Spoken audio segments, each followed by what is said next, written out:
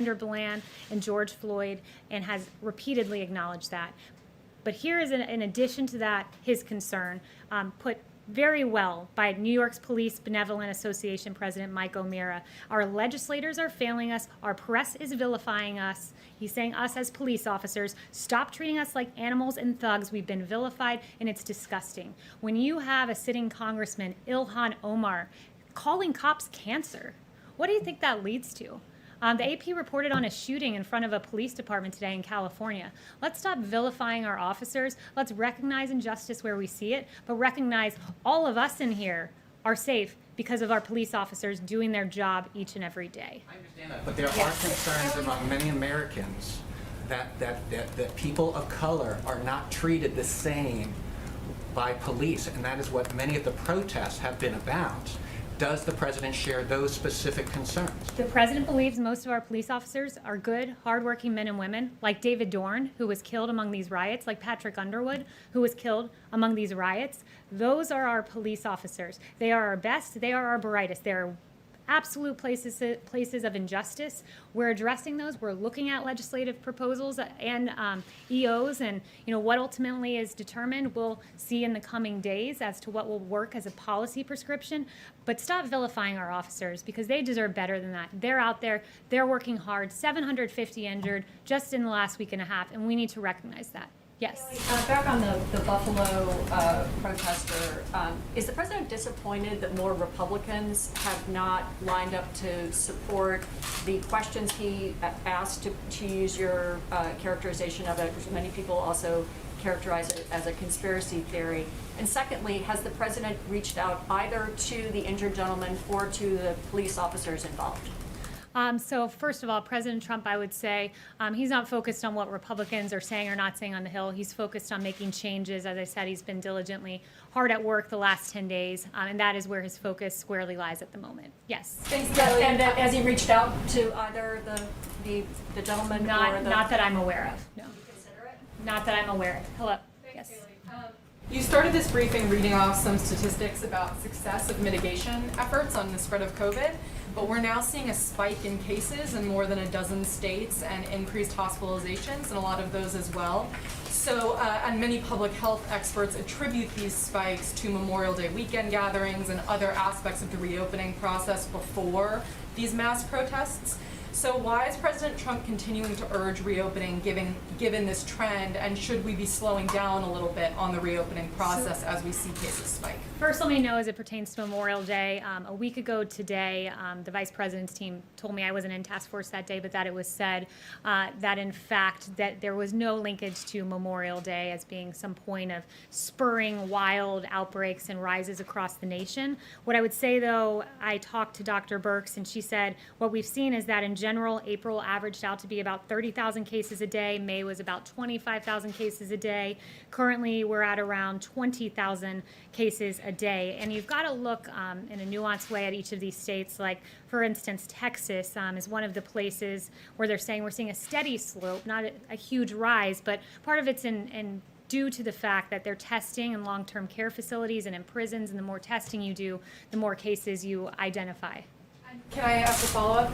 President Trump is planning to restart campaign rallies within the next few weeks. What sort of precautions is he going to be taking at his rallies for the safety of the rally goers? So we have no rallies announced just yet. You're right about the 2-week timeline that was put forward.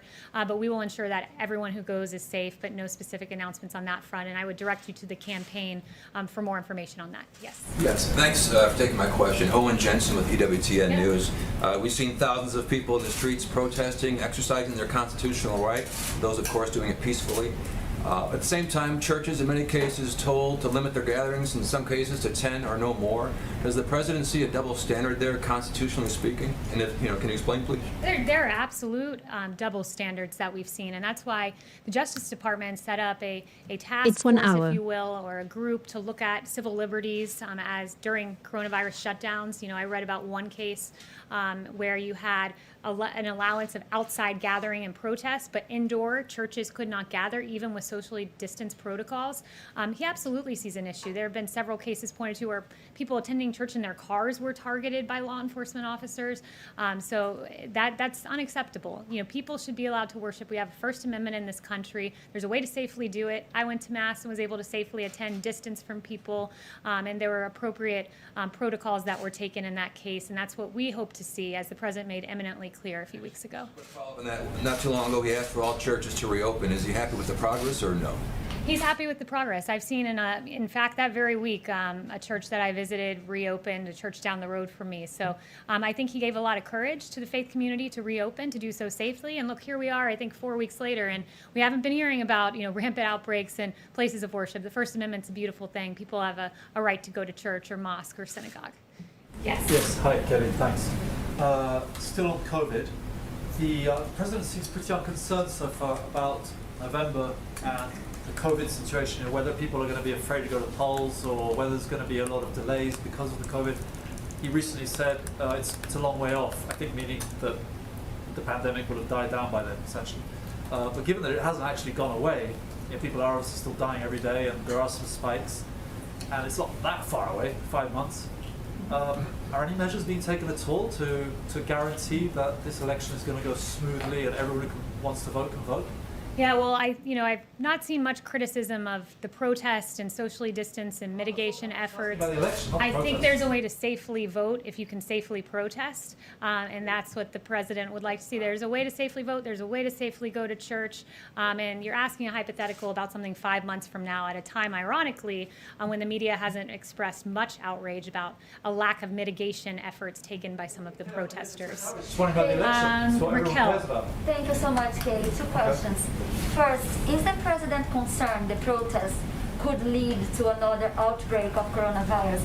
And a second question, President Trump said that he does not believe the death toll in coronavirus cases figures from some countries. Does he trust the figure from Brazil?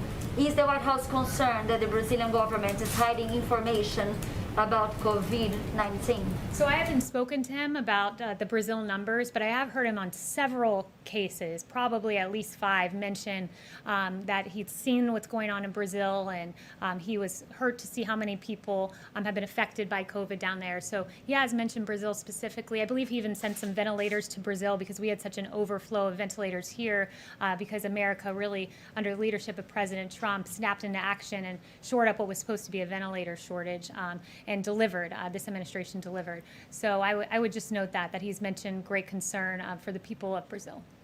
Kayleigh, just the first question that I asked, is the president concerned the protests could lead to another outbreak of coronavirus? Now we're monitoring that. Right now we're encouraged to see that cases have declined month over month, but the vice president, as I walked out here, said the task force is well aware of monitoring individual situations in particular states. Niels. Kayleigh, thank you. Going back to where you started with the statement about renaming the military bases, if Congress were to send over, say, the defense authorization with language that were to rename one of these bases for someone who, say, was a general who won the Civil War, would the president veto the defense authorization? The president will not be signing legislation that renames America's forts. It's important to note, Fort Bragg, for example, it's one of the largest military installations. It's home to tens of thousands of brave American soldiers. And when you think of Fort Bragg, we think of the brave soldiers that deployed from there. We think of all 5 World War II airborne divisions, the 82nd, the 101st, the 11th, the 13th, and the 17th, all trained at Fort Bragg. The 555th Parachute Infantry Battalion. This was the first black parachute battalion trained at this fort. We must recognize the sacrifices made by these men and women, some of whom saw Fort Bragg for the last time before they went overseas. We've got to think of the Fort Bragg soldiers that have led humanitarian operations like in Hurricane Katrina and the earthquake in Haiti. We've got to honor what has happened there, not rename it. So that is an absolute non-starter for the president. And I would also note... One more question on that. Yeah, John. One more question on that. General David Petraeus is one of those people who went through Fort Bragg a number of times, even though his first command was at Fort Campbell, Kentucky. He penned a quite lengthy and detailed editorial about the reasons why those bases should be renamed, saying it's ironic that American soldiers and Marines are being trained at bases named for people who fought against the Union back in the Civil War, that many of the people for whom these bases are named were leaders held in questionable regard, but who were elevated during the Lost Cause movement. He goes on to say, we do not live in a country to which Braxton Bragg, Henry L. Bang, or Robert E. Lee can serve as an inspiration. What does the White House say to that particular point of view? Fort Bragg is known for the heroes within it that trained there, that deployed from there, and it's an insult to say to the men and women who left there the last thing they saw on American soil before going overseas, and in some cases losing their lives, to tell them that what they left was inherently a racist institution because of a name. That's unacceptable to the president, and rightfully so. And I would also note, where do you draw the line here? I'm told that no longer can you find on HBO Gone with the Wind because somehow that is now offensive. Where do you draw the line? Should George Washington and Thomas Jefferson and James Madison be erased from history? What about FDR and because of internment camps? Should he be erased from history, or Lyndon Johnson, who has a history of documented racist statements? And finally, what about people that are alleged by the media to be segregationists? NBC tells us Joe Biden didn't just compromise with segregationists, he fought for their causes in schools, experts say. CNN tells us letters from Joe Biden reveal how he sought support of segregationists in the fight against busing. And Washington Post tells us that Biden's tough talk on 1970 schools desegregation plans could get him new scrutiny. And there are several more where that came from. So I'll leave you with the question, should we then rename the Biden Welcome Center? Thanks very much, guys. One more on George Floyd, Kayleigh. One quick follow-up on